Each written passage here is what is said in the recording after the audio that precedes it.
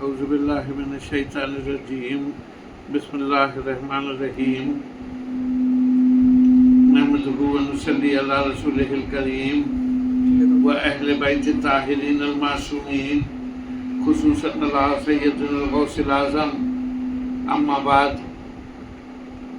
হাজিরিন মাজলিস, প্রথমে আপনাদেরকে আজকে ঈদে মুবাহেলার মোবারকবাদ পেশ করব। আপনাদেরকে অনেক অনেক মোবারক হোক। সাধারণত মুসলমানরা দুইটা ঈদ জানেন, ঈদ উল ফিতর এবং ঈদ উল আযহা। কিন্তু ঈদ বলে খুশিকে। আমরা রাসূলের পাকের যেদিন জন্মদিন 12 রবিউল আউয়াল, সেদিন আমরা ঈদে মিলাদুন নবী বলি। সেইভাবে আরো দুইটা ঈদ আছে। একটা আছে কিছুদিন আগে আমরা পালন করলাম, সেটা ছিল ঈদে গাদির, এবং আজকে হচ্ছে ঈদে মুবাহেলা। ঈদে গাদিরকে বলে ঈদে আকবর, সবথেকে বড় ঈদ। বেলায়েতে মলায়ে কায়নাতের এলান হলো, এবং আমাদের যত সিলসিলা, কাদেরিয়া সিলসিলা এবং চিশতিয়া সিলসিলা, এগুলা আরম্ভ হয় ঈদে গাদিরের দিন থেকে। বেলায়েত নবুয়ত সেদিন রাসূলের পাকের থেকে শেষ বেলায়েতের এলান করলেন, ইমামতের এলান হলো সেদিন। তো সেদিন থেকেই এই সিলসিলা, এবং সেদিন খুব সংক্ষেপে, সময় ছিল না, বক্তৃতা করতে হলো। অনেকে বক্তা ছিলেন, বড় মন ছিল। তো এই যে পীর মুরিদি আরম্ভ, আসলে কিন্তু এই যে মওলাকে ডাকলেন, একটা মেম্বার তৈরি করলেন, হাত তুলে বললেন মান কুনতু মওলা ফাহাজা আলিয়ুন মওলা। তো সেখানে যত সাহাবীরা সব এসে মোবারকবাদ দিলেন মওলায়ে কায়নাতকে। হযরত আবু বকর, হযরত উসমান, উমর, হযরত উসমান কিন্তু সব মাখিন মাখিন লাকা ইয়া আলী আনতা মওলাই ওয়া আনতা মওলাইল মুমিনিন বললেন যে মুবারক হোক ইয়া আলী, আপনি আমাদের মওলা এবং কুল মুমিনিনের মওলা, আমার মওলা এবং কুল মুমিনিনের মওলা। এবং ওনারা সেখানে মুবারকবাদ দিলেন। আজকে ঈদে গাদির করলে যারা নিজেকে আপনার হযরত আবু বকরের মাননেওয়ালা বলে, জানেসার বলে, তারা আবার এই ঈদে গাদির করোনা বলে, তাদের গায়ে লেগে যায়। কিন্তু সে চিন্তা করে না, সাহাবে কিরামরা সব থেকে বেশি ঈদে গাদির সেই গাদিরের মাঠে করেছে। তোমাকে হযরত আবু বকরের সুন্নাত মনে থাকলো না, হযরত উমরের সুন্নাত মনে থাকলো না। তো যখনই আহলে বাইতের কোনো খুশি আসে, এরা কিছু না কিছু একটা তৈরি করে দেয়। আমরা ছোটবেলা থেকে দেখেছি এবং মুসতানের বইয়ে পড়েছি যে 12 আপনার জিলহজ্জা হচ্ছে হযরত উসমানের শাহাদাতের দিন। সেটাকে টানতে টানতে টানতে ঈদে গাদিরের দিন দিয়ে চলে আসলো। বলা যে 18 জিলহজ্জা ওনার শাহাদাত, আর আজকে এই দিন দুঃখ করো। এরা মুহররমে দুঃখ করতে বিরোধী, কিন্তু 18 জিলহজ্জা এদেরকে দুঃখ মনে চলে আসে এবং গাম মনে চলে আসে।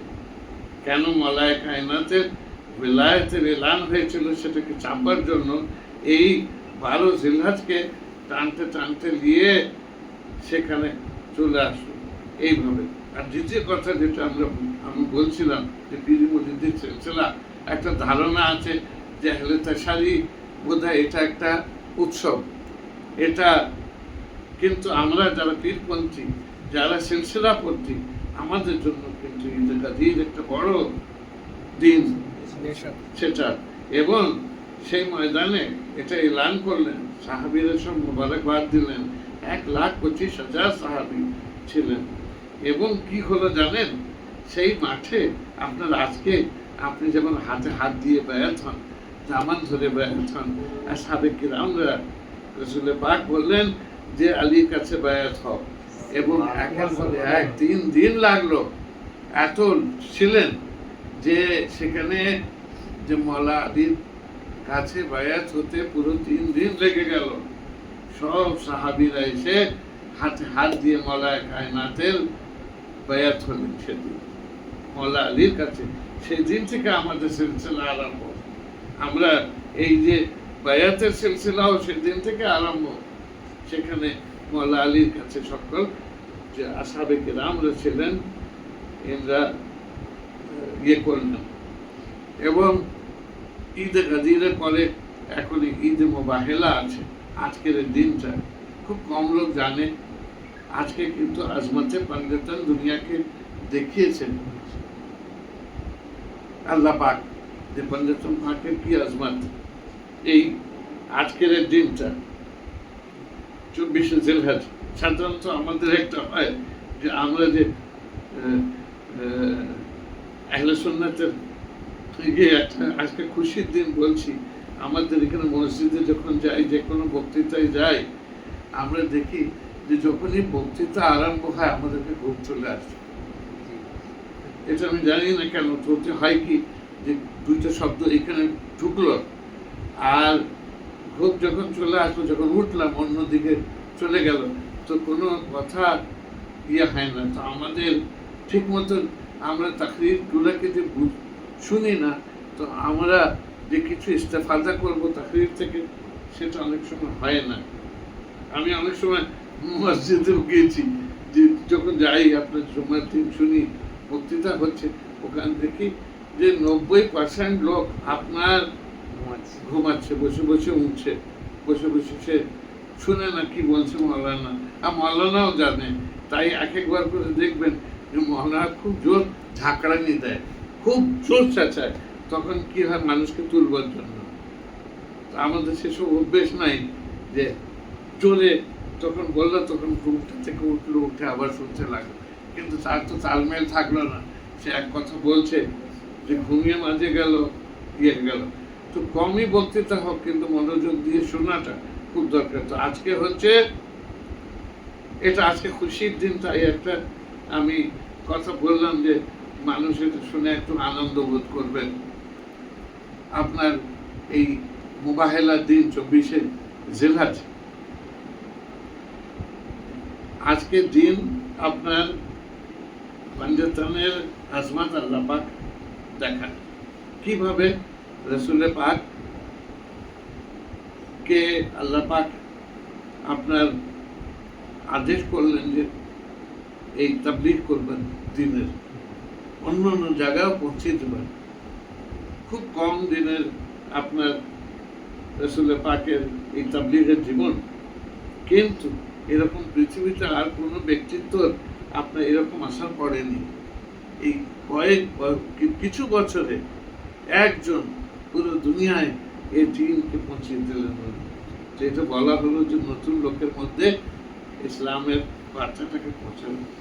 তো রাসূল পাক বার্তা পৌঁছালেন এবং চিঠি লিখে জায়গায় জায়গায় দিলেন ইসলামের সম্বন্ধে।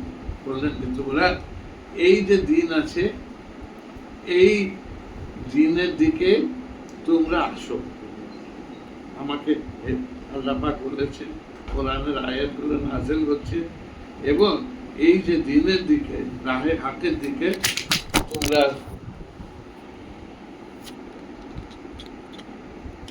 তোমরা আসো এখানে। তো উনি আপনার চিঠি লিখলেন, লেখা করালেন বিভিন্ন জায়গায়। বেশ কিছু লোকরা আসলো ওনার খেদমতে, এসে যখন এই দিন সম্বন্ধে শুনলো, কোরআন পাকে বার্তা শুনলো, শুনে ওরা মুশাররফ বা ইসলাম হলো। কিন্তু নাজরানে, যেখানে এই নাসারাদের হেডকোয়ার্টার ছিল সেখানে, এবং সেখানে বড় বড় আপনার পাদ্রীরা ছিল, আর ওরা সবসময় সুশিক্ষিত হয়। আমাদের এখানে এগুলো বলা উচিত না। কেউ বেগুন বিক্রি করছে, কিছু করছে, যখন দেখলো কিছু আর হচ্ছে না, তখন কিছু একটা ঝুব্বা পরে নিল, মাথায় একটা টুপি পরে নিল, কিছুদিন মসজিদে নামাজ পড়তে পড়তে যে ইমামত আরম্ভ করে দিল অন্য মসজিদে। আমরা কোনো সময় দেখি না যে কাকে ইমামত করতে দিচ্ছি, এ লায়েক কি না এই ইমামত করছে, এই যে ভাষণগুলো দিচ্ছে, এই কতটা হাদিসের ইলম আছে, এর ইলমে কোরআন কতটা আছে, কতটা তাফসীর পড়েছে, এগুলো না জেনে বুঝে একটা সে এসে যা মন তাই এসে বলে, চেঁচিয়ে বক্তৃতা করলো, আমরাও সেসব কথাবার্তা হজম করে নিই। কিন্তু ওদের মধ্যে এইসব জিনিস হয় না যতক্ষণ না ওরা শিক্ষা অর্জন করে। ওদের কোনো সময়ে বক্তৃতা করতে দেয় না। ওরা একটা পড়াশোনা করবার পরেই ওদের এখানে মাইক ধরতে পারে কিংবা মানুষকে কিছু ধর্ম সম্বন্ধে বলতে পারে। তো যা হোক, ওরা সব সুশিক্ষিত ছিল ওখানে। আরবের, ওদের মাতৃভাষা আরবি ছিল, নাজরানের ওরা। তো ওরা আপনার করলো কি, আপনার ওরা চলে আসলো। ওদের অনেক ঘামাট ছিল, যেহেতু ওরা অনেক সুশিক্ষিত। আর ওদের মতো ওই আরবে ওই রকম কিন্তু এত সুশিক্ষিত লোক ছিল না, মানে ওই রকম ওদের মধ্যে যা ইলম ছিল। তো ওরা বললো যে রাসূল পাকের সম্বন্ধে শুনেছিল, বললো আমরা যাব, যে উনাকে পাল্টিয়ে দেবো এবং আমাদের ধর্মের দিকে নিয়ে চলে আসলো। উনি কি আমাদের থেকে করবেন, বইগুলো দেখাবো এবং আমরা যা করবো, আমাদেরকে দেখেই আমাদের রুহানিয়াত উনি চলে আসবেন। আর উনি সাধারণ জীবনযাপন করেন, এগুলো শুনল। তো ওরা মদিনা শরীফে আসলো। এসে আপনার যখন মসজিদে নববীতে আসলো, তো রাসূল পাক নামাজ পড়ছেন, একজন বল ওরা এসে দাঁড়িয়ে আছে। রাসূল পাক মুতাওয়াজ্জি হলেন না। ওরা সোনা দানা এগুলো পরে এসেছিল। কেন? যে ওরা ভালো কাপড়, রেশমের কাপড়, সোনা দানা এগুলো পরে এসেছিল। যে রাসূল পাক যখন ওদের দিকে তাকাবেন, উনি তো সাধারণ জীবনযাপন করেন, জানতো যে ওই দেখেই উনি নাউজুবিল্লাহ নীতি স্বীকার করে দেবেন। ওদের ওই গয়না, ওদের ভালো ভালো কাপড় দেখে নীতি স্বীকার করে দেবেন। তো উনি তাকালেনই না। এবার আপনার জিজ্ঞেস করলেন এক দুজনের সঙ্গে যে এই কি ব্যাপার, আমাদেরকে চিঠি দিয়ে ডেকেছেন কিন্তু উনি আমাদের দিকে দেখছেন না, তাকাচ্ছেন না। তখন হযরত সালমান ফারসি ছিলেন, ওনাকে যখন বললেন, তো উনি বললেন একজনে এই রহস্য বলতে পারেন, সে হচ্ছে ওনার জানেশিন, ওনার বাসি মওলা আলী সম্বন্ধে, আলিয়ে মুর্তজা, ওনার কাছে যান, উনি বলবেন যে কেন তোমাদের দিকে তাকাচ্ছেন। যখন ওরা গেল, তো উনি বললেন যে আসলে তোমরা এই জামা কাপড় পরে এসছো, এই সোনা দানা পরে এসছো, হীরা পরে এসছো, এইগুলা সব যে পরে এসছো, তাই তোমাদের দিকে তাকাচ্ছেন না।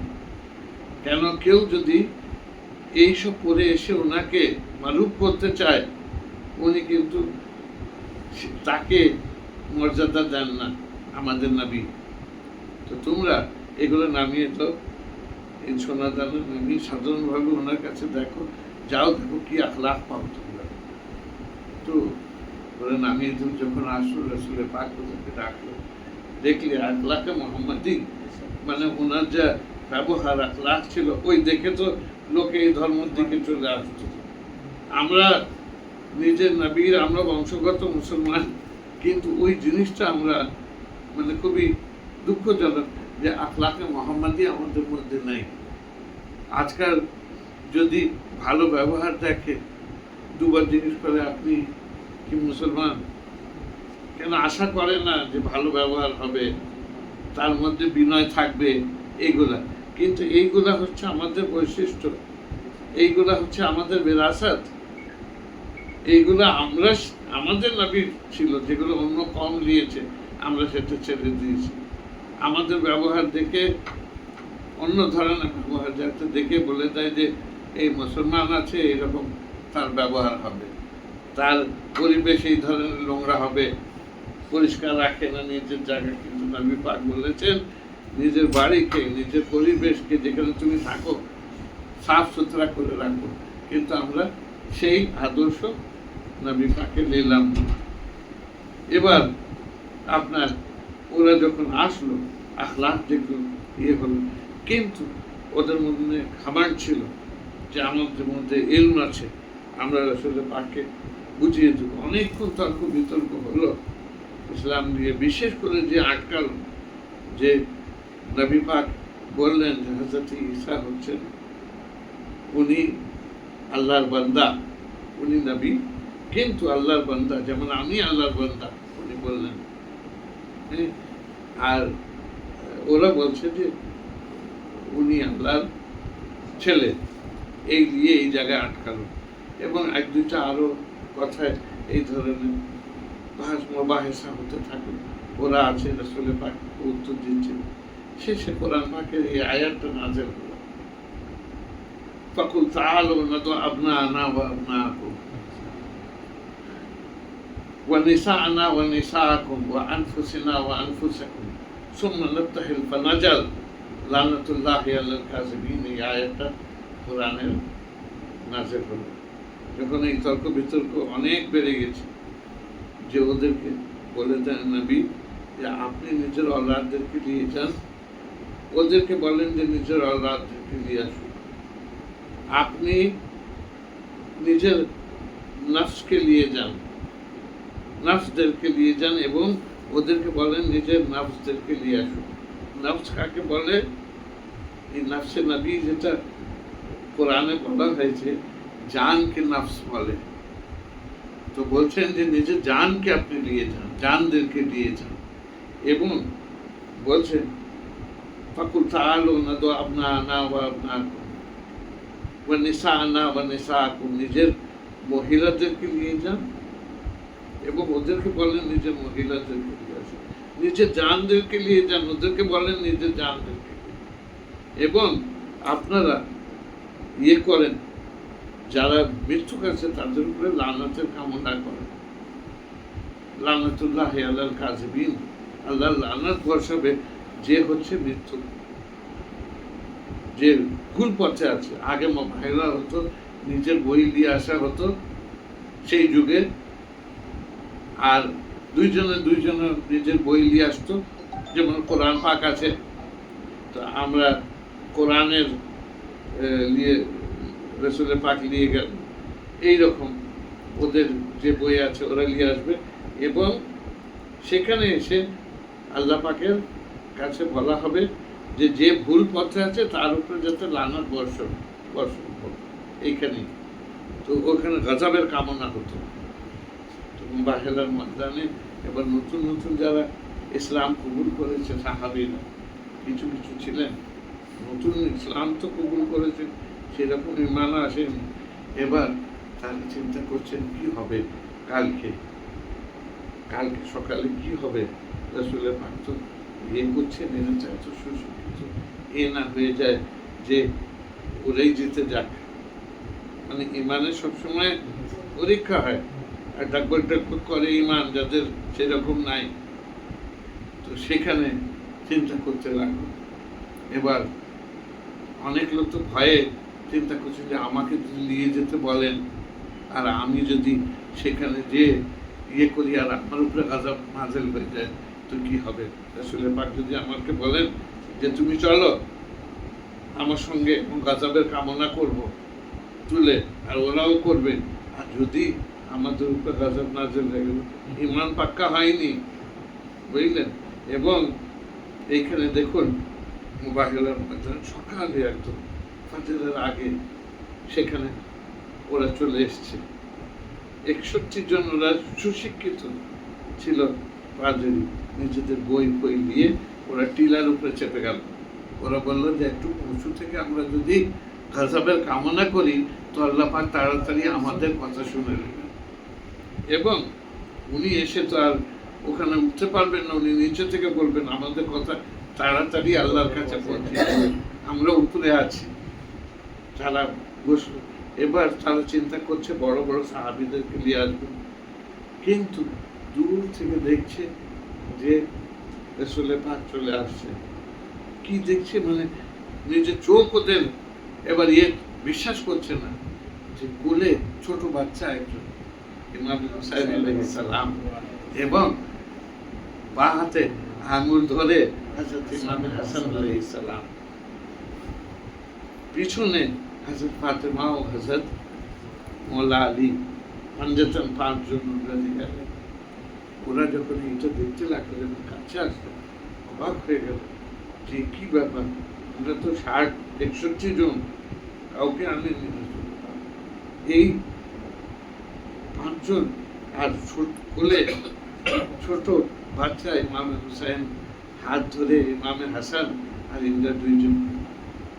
উনি এসে মুবাহেলার ময়দানে বললেন যে আল্লাহ গাওয়া থাকেন, এই হচ্ছে আমার আহলে বাইত। দেখুন উনি নিজের औलाद হিসাবে কাকে নিয়ে গেলেন? হাসান হুসাইনকে।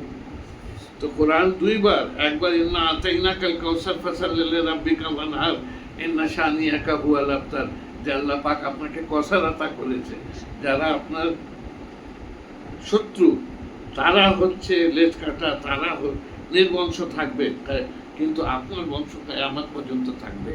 তো औलाद কাকে নিয়ে আসলেন? নিজের নাতি 2 জনকে, যে রাসূল পাকের औलाद হিসেবে আসলেন। কোরআন বলছে ওয়া আবনানা ওয়া আবনাকুম, নিজের ছেলে হিসেবে ওনাদের 2 জনকে দিয়ে গেলেন, औलाद হিসেবে, বংশধর হিসেবে ওনাদের 2 জনকে দিয়ে গেলেন। এবং সেখানে কোরআন অপশন দিচ্ছে যে মহিলাদেরকে নিয়ে যান আপনি, কিন্তু কাউকে নিয়ে গেলেন না, কোনো উম্মুল মুমিনিনকে নিয়ে গেলেন না। কাকে নিয়ে গেলেন? হযরত ফাতেমা জাহরা সালামুল্লাহ আলাইহা, একজন মহিলাকে নিয়ে গেলেন। সেখানে কোরআন কিন্তু অপশন দিচ্ছে যে আপনি মহিলাদেরকে নিয়ে যান, ওদেরকে বলেন নিজেদের মহিলাদেরকে, কিন্তু খালি দিয়ে আসলেন হযরত ফাতেমা জাহরা সালামুল্লাহ আলাইহা কে। এবং নিজের জান হিসাবে কাকে নিয়ে গেলেন? মাওলা আলী আলাইহিস সালামকে নিয়ে গেলেন। রাসূল পাক এই 5 জন নুফুসে কুদসিয়াকে কেন নিয়ে গেলেন? এর মধ্যে অনেক বড় জিনিস ছিল। যারা সাহাবীরা আপনার হাতে হাত দিয়ে ইসলাম গ্রহণ করেছিলেন, কেউ 40 বছর পর্যন্ত আপনার শিরক করেছেন, কেউ 20 বছর করেছে, কেউ 10 বছর করেছে, কিন্তু এই যে 5 জন ইন্দ্রা এমন যে ইনাদের শিরক কোন নাজাসাত অনেক দূর ইনাদের থেকে, এমন ইনাদেরকে নিয়ে গেলেন যাদের কসম খেলে আজ পর্যন্ত কেঁপে যায়, তো ইনাদেরকে নিয়ে আসলেন। এবার দেখুন মুসলমান তো আজও পাঞ্জাতনকে চিনতে পারেনি, আজও আহলে বাইতকে চিনতে পারেনি। মার্তাবা বয়ান করলে এই 10টা রাফজির ফতোয়া দিয়ে দেয়, কিন্তু সে অন্য ধর্মের হোক, পাদ্রী হোক, কিন্তু তারা চিনে গেল এই পাঞ্জাতনকে দেখে। সঙ্গে সঙ্গে বললো নিজের বৈদ্যুর নামাও তোমরা, যে সব থেকে বড় সেখানে র্যাবি ছিল ওদের, সব থেকে বড় যে পাদ্রী ছিল ওদের, সে বললো যে নিজের বইগুলো নামাও। আমি যা সামনে দেখছি নুরানি চেহারাগুলো, এই 5 চেহারা, ইন্দ্রা যদি অভিশাপ দেন এসে, তো কিয়ামত পর্যন্ত আমাদের কওমের একটাও লোক থাকবে না। তার ভাষা যে কিয়ামত পর্যন্ত কেউ পৃথিবীতে থাকবে না।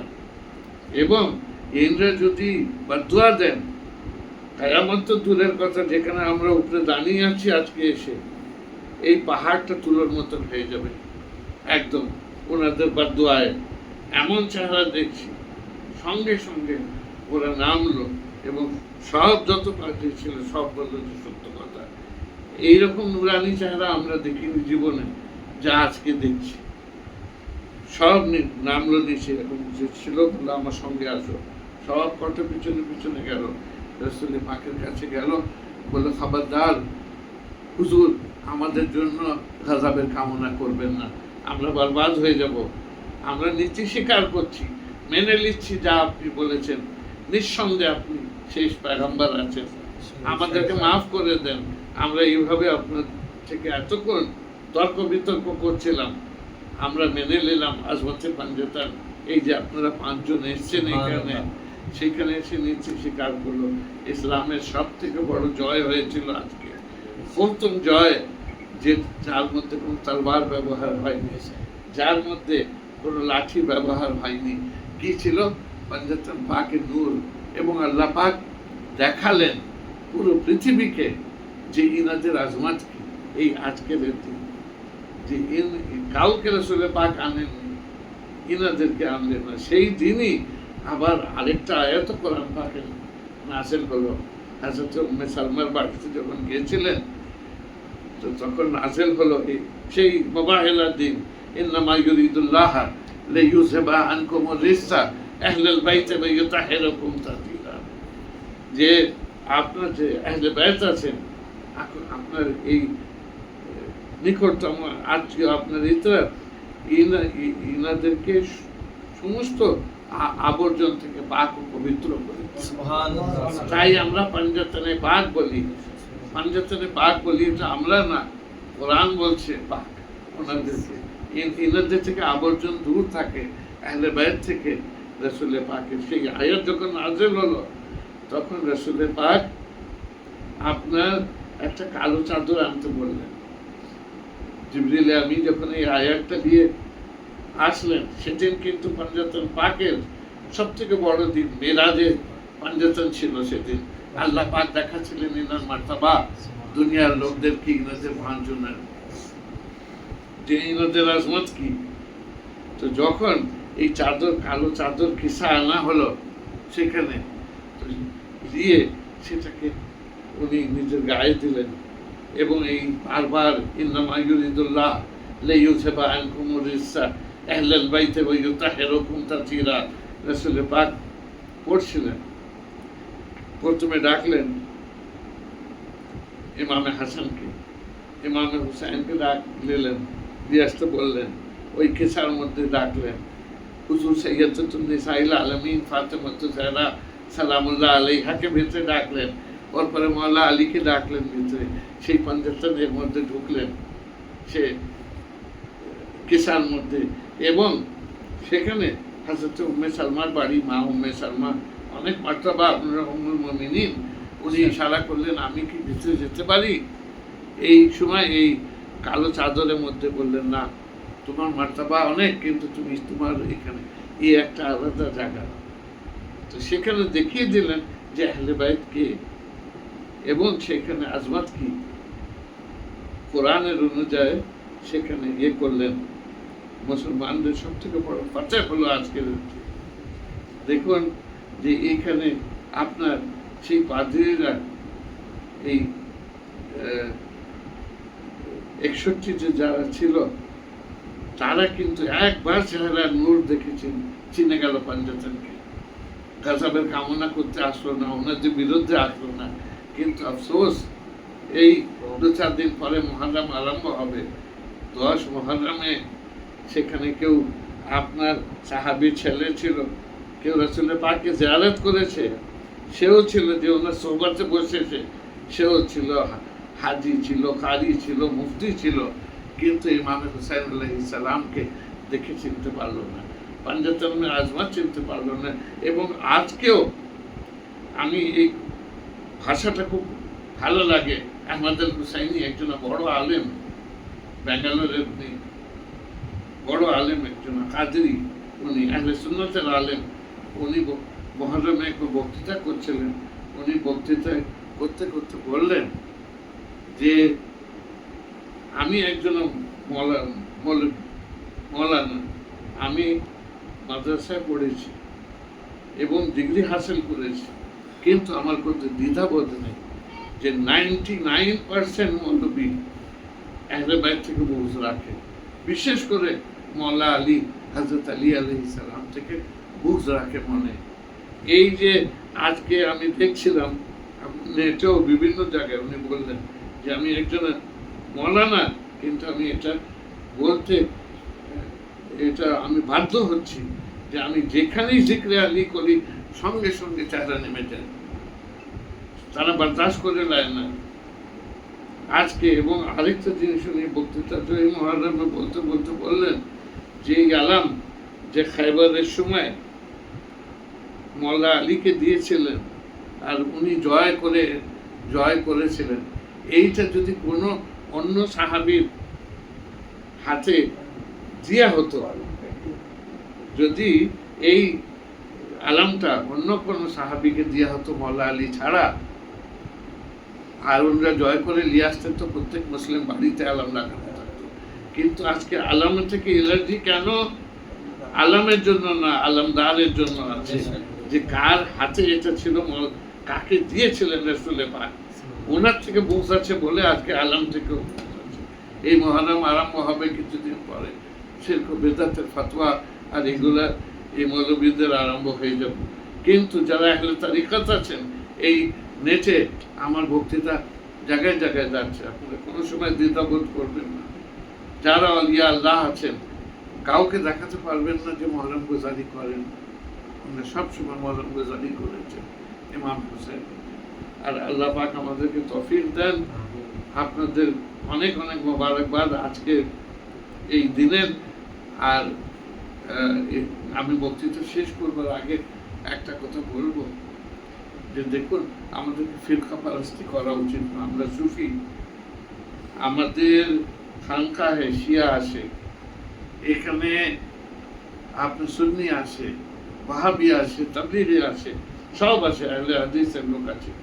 সুফিদের এটা বৈশিষ্ট্য যে ওনাদের খানকায় যেখানে যেখানে আউলিয়া আল্লাহ আছে, ওনাদের মাজারে, ওনাদের খানকায় সব মাসলাকের লোক আছে। আর রাসূল পাক তো এটাকে সব থেকে বেশি নফরত করতেন, এই ফিরকা পারস্তিকে। কোনো সময় একটা আয়াত ওনার বাংলা আপনার হাদিস দেখিয়ে দেন যে যেখানে বলা হয়েছে তোমরা ফিরকার মধ্যে তাকসিম হয়ে যায়, বরঞ্চ তাদের উপরে লানাত আছে যারা এই ফিরকা পারস্তি করে। বলা হয়েছে আল্লাহর যে রশি আছে তাকে মজবুতির সঙ্গে ধরো, সবসময় ঐক্যর কথা বলা হয়েছে, মুসলিম ঐক্যর কথা। আর এরা তাকসিম করে দেয়, ওরা নতুন নতুন ফিরকা তৈরি করে আর ভাবে যে আমরা অনেক দিনের কাজ করছি। আসলে এরা রাসূল পাকের লানাতে পড়ে এই ফিরকা পারস্তি করে। তো যা হোক, কিন্তু এই ফিরকা পারস্তি করে এরা, কিন্তু এখানে একটা জিনিস দেখবার আছে যে আজকে ফলস্তিনে আপনার এই আমি 2-4 দিন নিউজ শুনছিলাম, সেখানে দেখছিলাম যে 70,000 থেকে 80,000 ফলস্তিনিরা মরেছে, মহিলা আর বাচ্চা বেশি। তাদের উপরে এত জুলুম হয়েছে। তারা কিন্তু বেশিরভাগ 100% হচ্ছে তারা সুন্নি। তাদের সাহায্যের জন্য এত কটা মুসলিম সুন্নি আপনার দেশ আছে, একজন এগিয়ে যায়নি, কেউ ভালোভাবে তাদের জন্য কথাও বলেনি, এই রকম অবস্থা। কিন্তু একটা শিয়া দেশ ইরান, সে যে আল্লাহ ওদের সালামত রাখুন, এবং এখন অনেক মুসিবতের কারবালা হচ্ছে একটা, সে একটা ছোট দেশ একটা সুপার পাওয়ারের সঙ্গে লড়ছে। একবার আয়াতুল্লাহ খামেনাই সাহেবকে মাদ্দাজিল্লাহুল আলী, ওনাকে জিজ্ঞেস করা হয়েছিল যে আপনি যে এত বড় আমেরিকার মতন তাকাতের সঙ্গে আপনি সম্মুখীন হয়ে যান, আপনি কি সাহসে হন? তো বলল যে ইমামে হোসেনের আদর্শ আসলে কারবালা সেটা শেখায় যে যত বড় আপনার যদি জালেম হোক, কিন্তু তার বিরুদ্ধে জানাবার যদি আপনি প্রেরণা কোনো জায়গায় পাবেন তো কারবালা থেকে পাবেন। এবং কারবালা আরেকটা জিনিস শিখিয়েছে যে আপনার যদি শাহাদাত হয়ে যায়, মৃত্যু হয়ে যায়, আপনার কিন্তু হার হয়ে যায় না, সেইখান থেকে বিপ্লব আরম্ভ হয়, সেখান থেকে রিভলিউশন আরম্ভ হয়। আমি জানি না যে এই যে এখন হচ্ছে কে জিতবে কে হারবে, এরা বেচারা একটা ছোট দেশ, আর সব দেশ সাহায্য করছে ইসরায়েলকে, বিশেষ করে আমেরিকার মতন একটা সুপার পাওয়ার প্রক্সি ওয়ার করছে, তারই সব কিছু এর। কিন্তু সব কমান্ডারকে, বড় বড়দেরকে মেরে দিয়েছে, কিন্তু অন্য কেউ কম থাকলে, অন্য কোনো দেশ থাকলে নীতি স্বীকার করতো অনেকদিন আগে। কিন্তু এই ইমামে হুসাইনের আদর্শ যে আজ পর্যন্ত ওরা লড়ে যাচ্ছে, এবং ওরা বলছে যে শেষ সময় পর্যন্ত আমরা লড়বো। কেন? আমরা হুসাইনি মুসলমান আছি, আমরা হুসাইনের আদর্শ আমাদের সামনে আছে। উনি ওনার একটা স্টেটমেন্ট দেখছিলাম, উনি বলছিলেন যে আমার দেহটা বড় জিনিস না, আমি যদি মরেও যাই আদর্শটা বড় জিনিস, এই জিনিসটা তোমরা চালাবে, করবে। আর এই যে সাহস ওনার, এটা কিন্তু উনি ইমামে হুসাইনের মাননেওয়ালা বলে করতে পারছেন কারবালা। আর আরেকটা জিনিস আমি বলছি যে আমি জানি না যে কে জিতবে কে হারবে, কেন ইনি সেই রকম তাকাত এদের কাছে নাই, আর সেখানে সুপার পাওয়ার সাপোর্ট করছে। আর ইসরায়েল নিজেও অনেক শক্তিশালী, জুলমের উপরে জুলম করেছে, গাজাতে আপনি চিন্তা করতে পারেন না যে কিভাবে ছোট ছোট বাচ্চাদের উপরে জুলুম করেছে, মহিলাদের উপরে জুলুম করেছে, হসপিটালে বম্বার্ডমেন্ট করেছে, বড় বড় বাড়ি সব ভেঙে দিয়েছে। মানুষ একটা তিরপল বিছিয়ে সেখানে কোনোভাবে জীবনযাপন করছে, সেখানে বম ফেলছে। কিছু এই আজ আর কালের খবর দেখছিলাম যে ওখানে রিলিফ নিতে গেছে, খাবার পাচ্ছে না, সেখানে গুলি চালাচ্ছে। 2-3 দিন আপনার ক্ষুধার মধ্যে আছে। চিন্তা করে দেখেন, এরা তো আমাদের মুসলমান ভাই এবং এরা তো মানুষ। ওরা দেখায় কোনো সময় বিড়ালকে আদর করছে, কোনো সময় কুকুরকে আদর করছে, হিউম্যান রাইটস এইসব বলে, কিন্তু এই যে ফালাস্তিনের বাচ্চারা, এরা কি মানুষ না? এরা কি হিউম্যান না? এদের আপনার 2-3 দিকে খাবার পায়নি, লাইন লাগিয়ে দাঁড়িয়ে আছে, তাদের উপরে গুলি চালাচ্ছে। কি যে জুলম! 80-90 হাজার, এর থেকে বড় জেনোসাইড এই 200-300 বছরের মধ্যে হয়নি যা ফালাস্তিনে হচ্ছে।